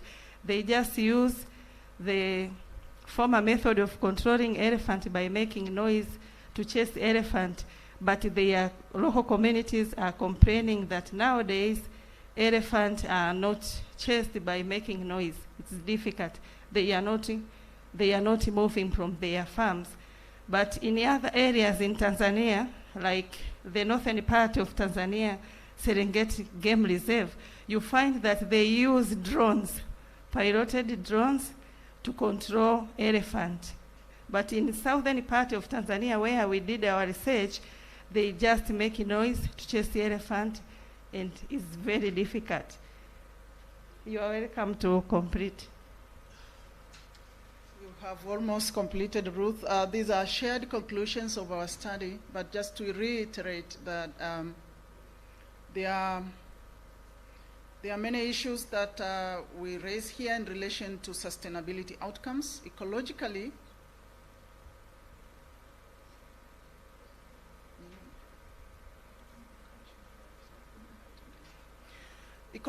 because we are looking at both sustainability outcomes, which are ecological, and sustainability outcomes that are livelihood-based. Ecologically, we see a lot of good impacts, if I may say so. We have an officer from Tanzania Wildlife Authority here, Mwanauta, the only one coming from the government. Thanks for coming, Mwanauta, because you're going to help us. There's a lot of success stories when it comes to how much land has been put aside for conservation, and the difference is huge. WMS have put aside more areas for wildlife, and therefore somebody speaking from the forest and from the game reserve, they will celebrate this success, and also the government documents, reports will celebrate this success. But human geographers like myself speaking from the village, this is an outcry. because of the shared space with so powerful animals, like I said earlier, elephants. It is no longer one elephant coming to the village, but is a group of elephants moving around because they have wildlife corridors now and dispersal areas in WMAs. Oh, I've been told to stop. So I'm just saying that sustainability outcome, ecological sustainability outcomes could be said to have oversurpassed, they are more, a lot more than sustainability, livelihood sustainability outcomes. Then we have done publications on things that we are saying. We have working papers, 3 working papers that have our results, and you can find these on our project website. And we also published internationally 1 paper on regulation and governance, Journal of Regulation and Governance. Another one is Ruthie's paper on Geographical Association of Tanzania relating to these partnerships. And I just published book contribution, Routledge book chapter with ASUBC, myself and ASUBC. So you can find more to read from these publications. Okay, asante sana. Thank you very much indeed, Christine and Ruth. That was a disrupted presentation, but no less comprehensible for that. So thank you very much for coping with the circumstances, and thank you also to the participants online for also bearing with us with the technology. Now, given the changes in the schedule, I'm going to ask that we alter the way that we handle the discussion and questions. What will happen now is that I'm going to ask the discussants to present their thoughts. We will then move straight to the drinks break for coffee and tea, and for some reason they put bottles of wine outside there. They are just to be looked at. They don't taste very nice. Then we will come straight back and we will move straight into the policy brief so that we can then have a concentrated question and answer session which will include the presentation we've just heard, the discussants' thoughts, and the policy brief. I'm told that during that session, there will be a chance to catch up on football scores after the actual questions have gone through. So, could we please move to the discussants first? And we have Yevgeny Bluestein, who is online and ready to talk, I believe, Yevgeny. He's unmuted his microphone. Thank you very much indeed. If we could turn the volume up for Yevgeny, or put a microphone to the computer.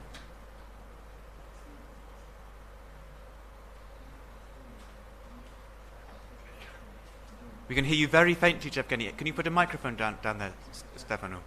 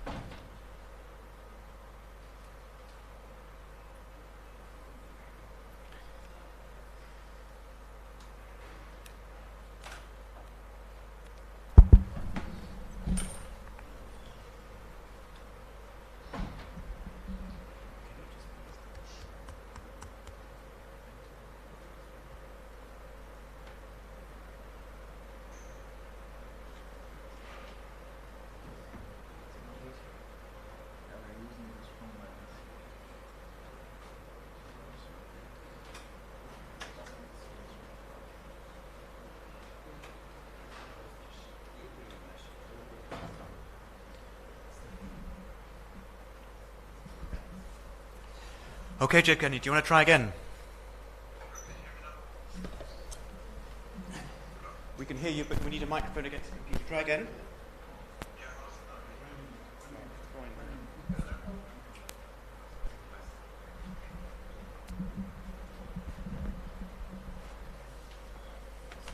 Try again. Hello? Hello, hello? Can you hear me? Just about, quite faintly. Please don't feel free to shout very loudly and ignore what your neighbors might be thinking. Okay, you want me to scream, okay. Should I begin? Yeah. All right. Yeah, well, first of all, thanks very much for this opportunity, and it's really great to be with you, even though I am online, but well, that's one of the benefits of the upsides of the pandemic. You know, we can be at home and still at the same time in different places, and I haven't been back in Tanzania for quite a while. Oh, now I can see myself double. 1 second. That's how can I avoid seeing my own face?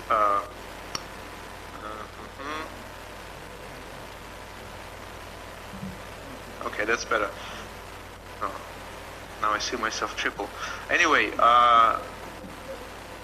so it's great to be with you, and thanks for the opportunity to comment. I guess having read the chapter 4 and also some of the introductory chapters of the book manuscript, and obviously listening to the discussions during this panel, I was reminded very much of some of my own experiences in the field, both throughout my research with the PIMA project, you know, with Catherine Homewood and others, but also during my own PhD field research.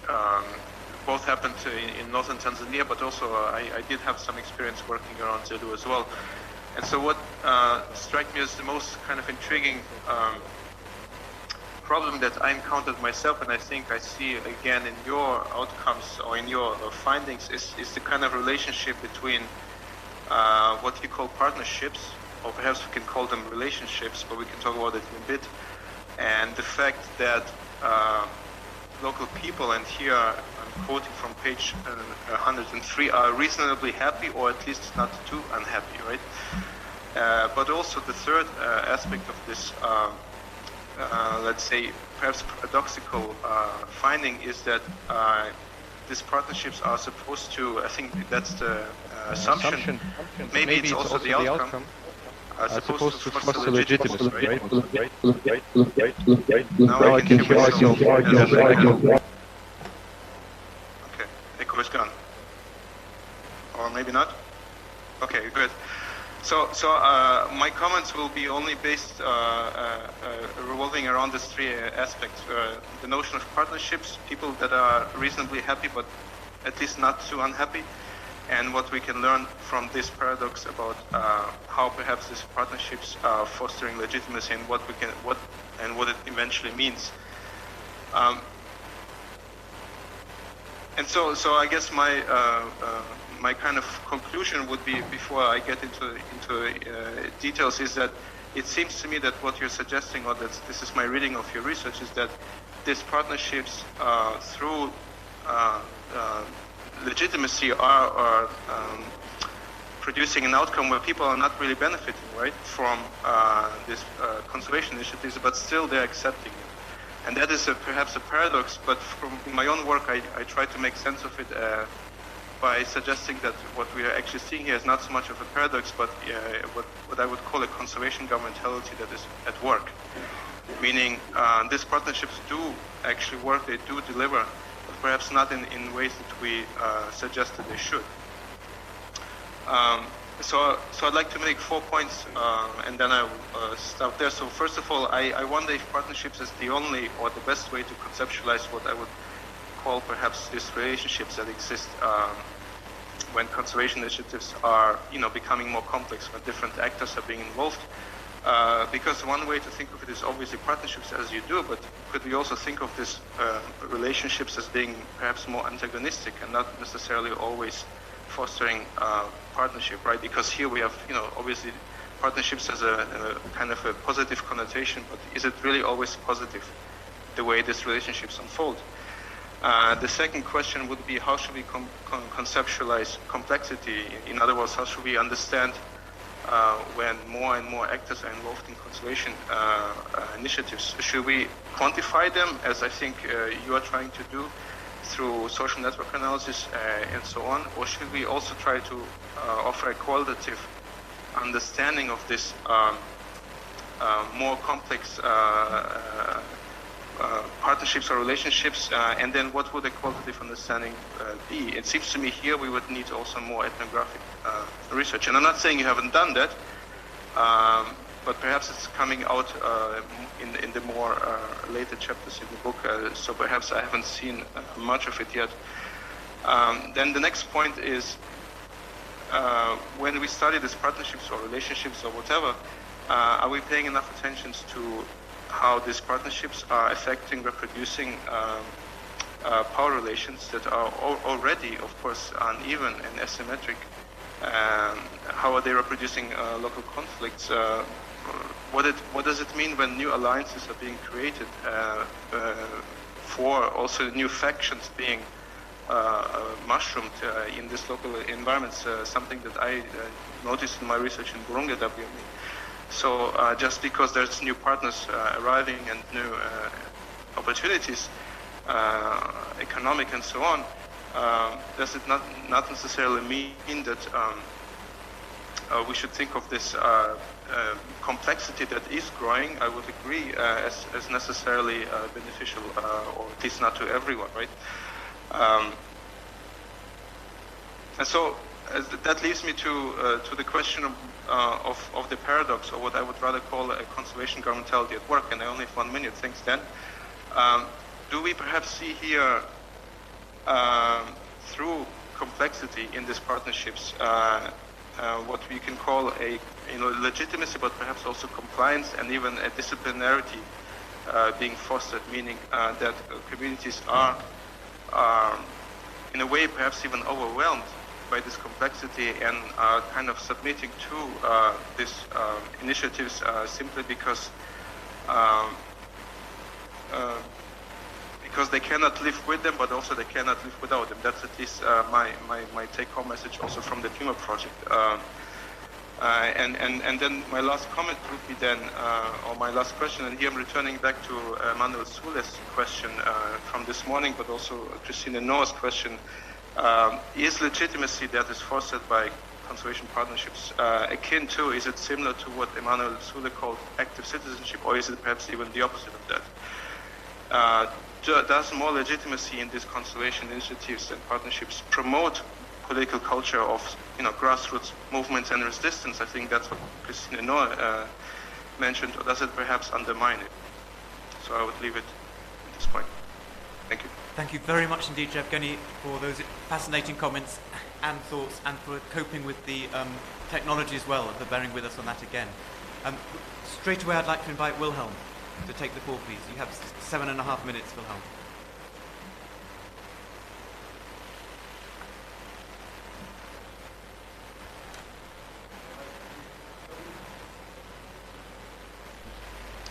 All right. Yeah, thank you, Dan, and many congratulations to the authors for this amazing chapter. I've really enjoyed reading it, and I would just like to say a few things on top of what Bluestein has just highlighted. One, I guess there will be a very big question mark on the book that is coming out, given the outcomes that we have heard since morning. I guess that we expect a very big question mark on whether this new partnership for sustainability, whether we have seen it working or not. This is because while we think that these partnerships, as they are being advocated, that they will be fostering partnerships between the communities and the conservation organizations and the government, we are seeing quite the opposite. And well, what I've tried to grasp is that sometimes these partnerships are facilitating more protection, or they are facilitating more of the conservation side rather than ensuring benefits to the local communities. But one more dimension is that this is not only happening in the STAD area, but we see expansion of these protected areas in the form of partnerships between the government and the communities in other areas as well. We just heard from my colleague Manauta there from Tower that he's currently working to upgrade the former Wamimbiki WMO into a game reserve. That's a protected area that is of more with more restrictions than what we expect from WMA. So we see how these partnerships would operate sometimes to have more area under conservation, contrary to what has been said in the beginning of the promise. The other issue that I saw is about the issues of crop damage. It seems that you are trying to conclude that the crop damage is small, affected population is small. Yes, I don't dispute that, but the other dimension of that is that we need to see beyond the quantitative side of the crop damage or crop loss or loss of lives. We need to see the traumatic effect that goes to the communities when a loved one has lost his life due to an elephant, or due to a hyena, or due to, as you have rightly put in your chapter. So I think you should also we should also try to see that in that dimension, because it's real. That is the one that drives the community to say that we have a lot of elephants sometimes, and we have a lot of crop damage, we have a lot of deaths, but the trauma that remains in the community. The other thing, I understand that this was a qualitative study, but much as we are dealing with the crop damage and the number of people who have been affected, I thought it could be also a good thing to include the distance. I understand we have got that big data set, so it will be maybe my suggestion to determine the number of people who have been affected relative to the distance from the closest protected area, whether be it the WMA or the SLO Game Reserve, and see how this pans out. Yeah, but then we have talked about the partnerships, that there is no meaningful participation from the chapter that I've read from the communities, because the actors now have come to being of more of issuing top-down orders to actors. But then we need to link these partnerships, as Professor Noe has just said, with the global narratives of conservation. And one of these narratives of conservation that are driving these partnerships in the name of conservation is that we have this, what we call a biological crisis, and people are calling for more protection.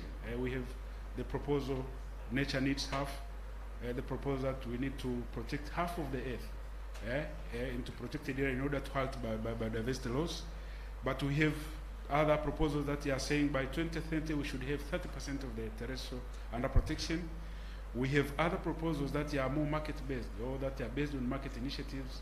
That's the new conservation approach that is actually fits more in the dynamics of the WMOs, etc. So we could see how these partnerships at the local level will tend to influence what is being implemented on the ground, because most of the time the partners in the name of NGOs, being the government partners, would not tell the communities what are driving them to give them to that.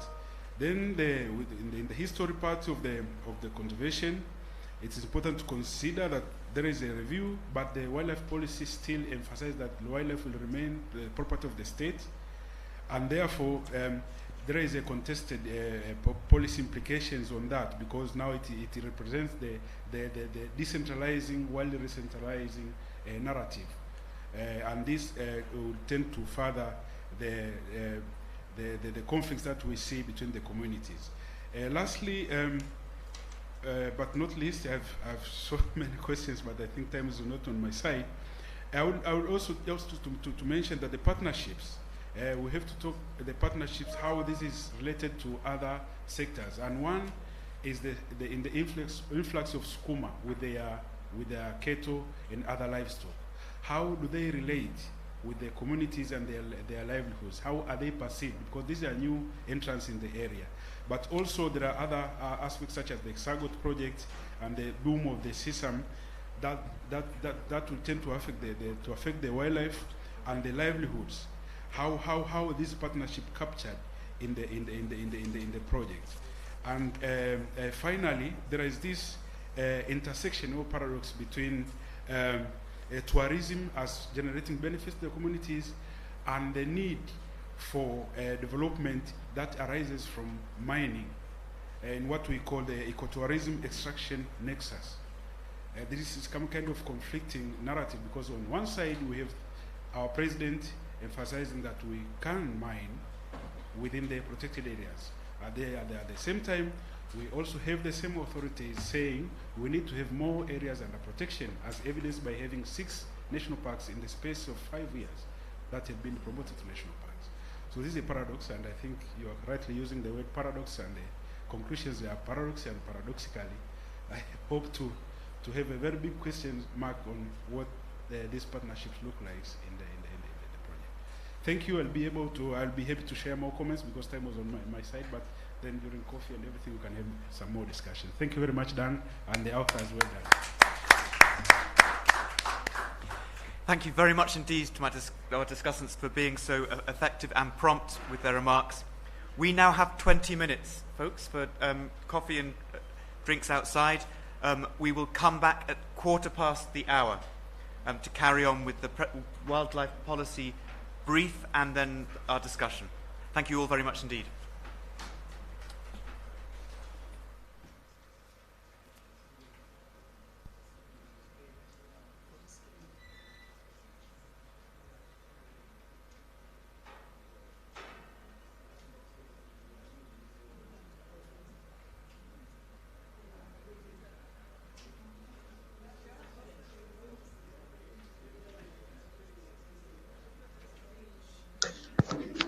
Hello?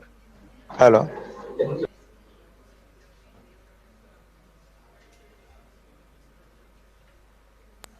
Hello?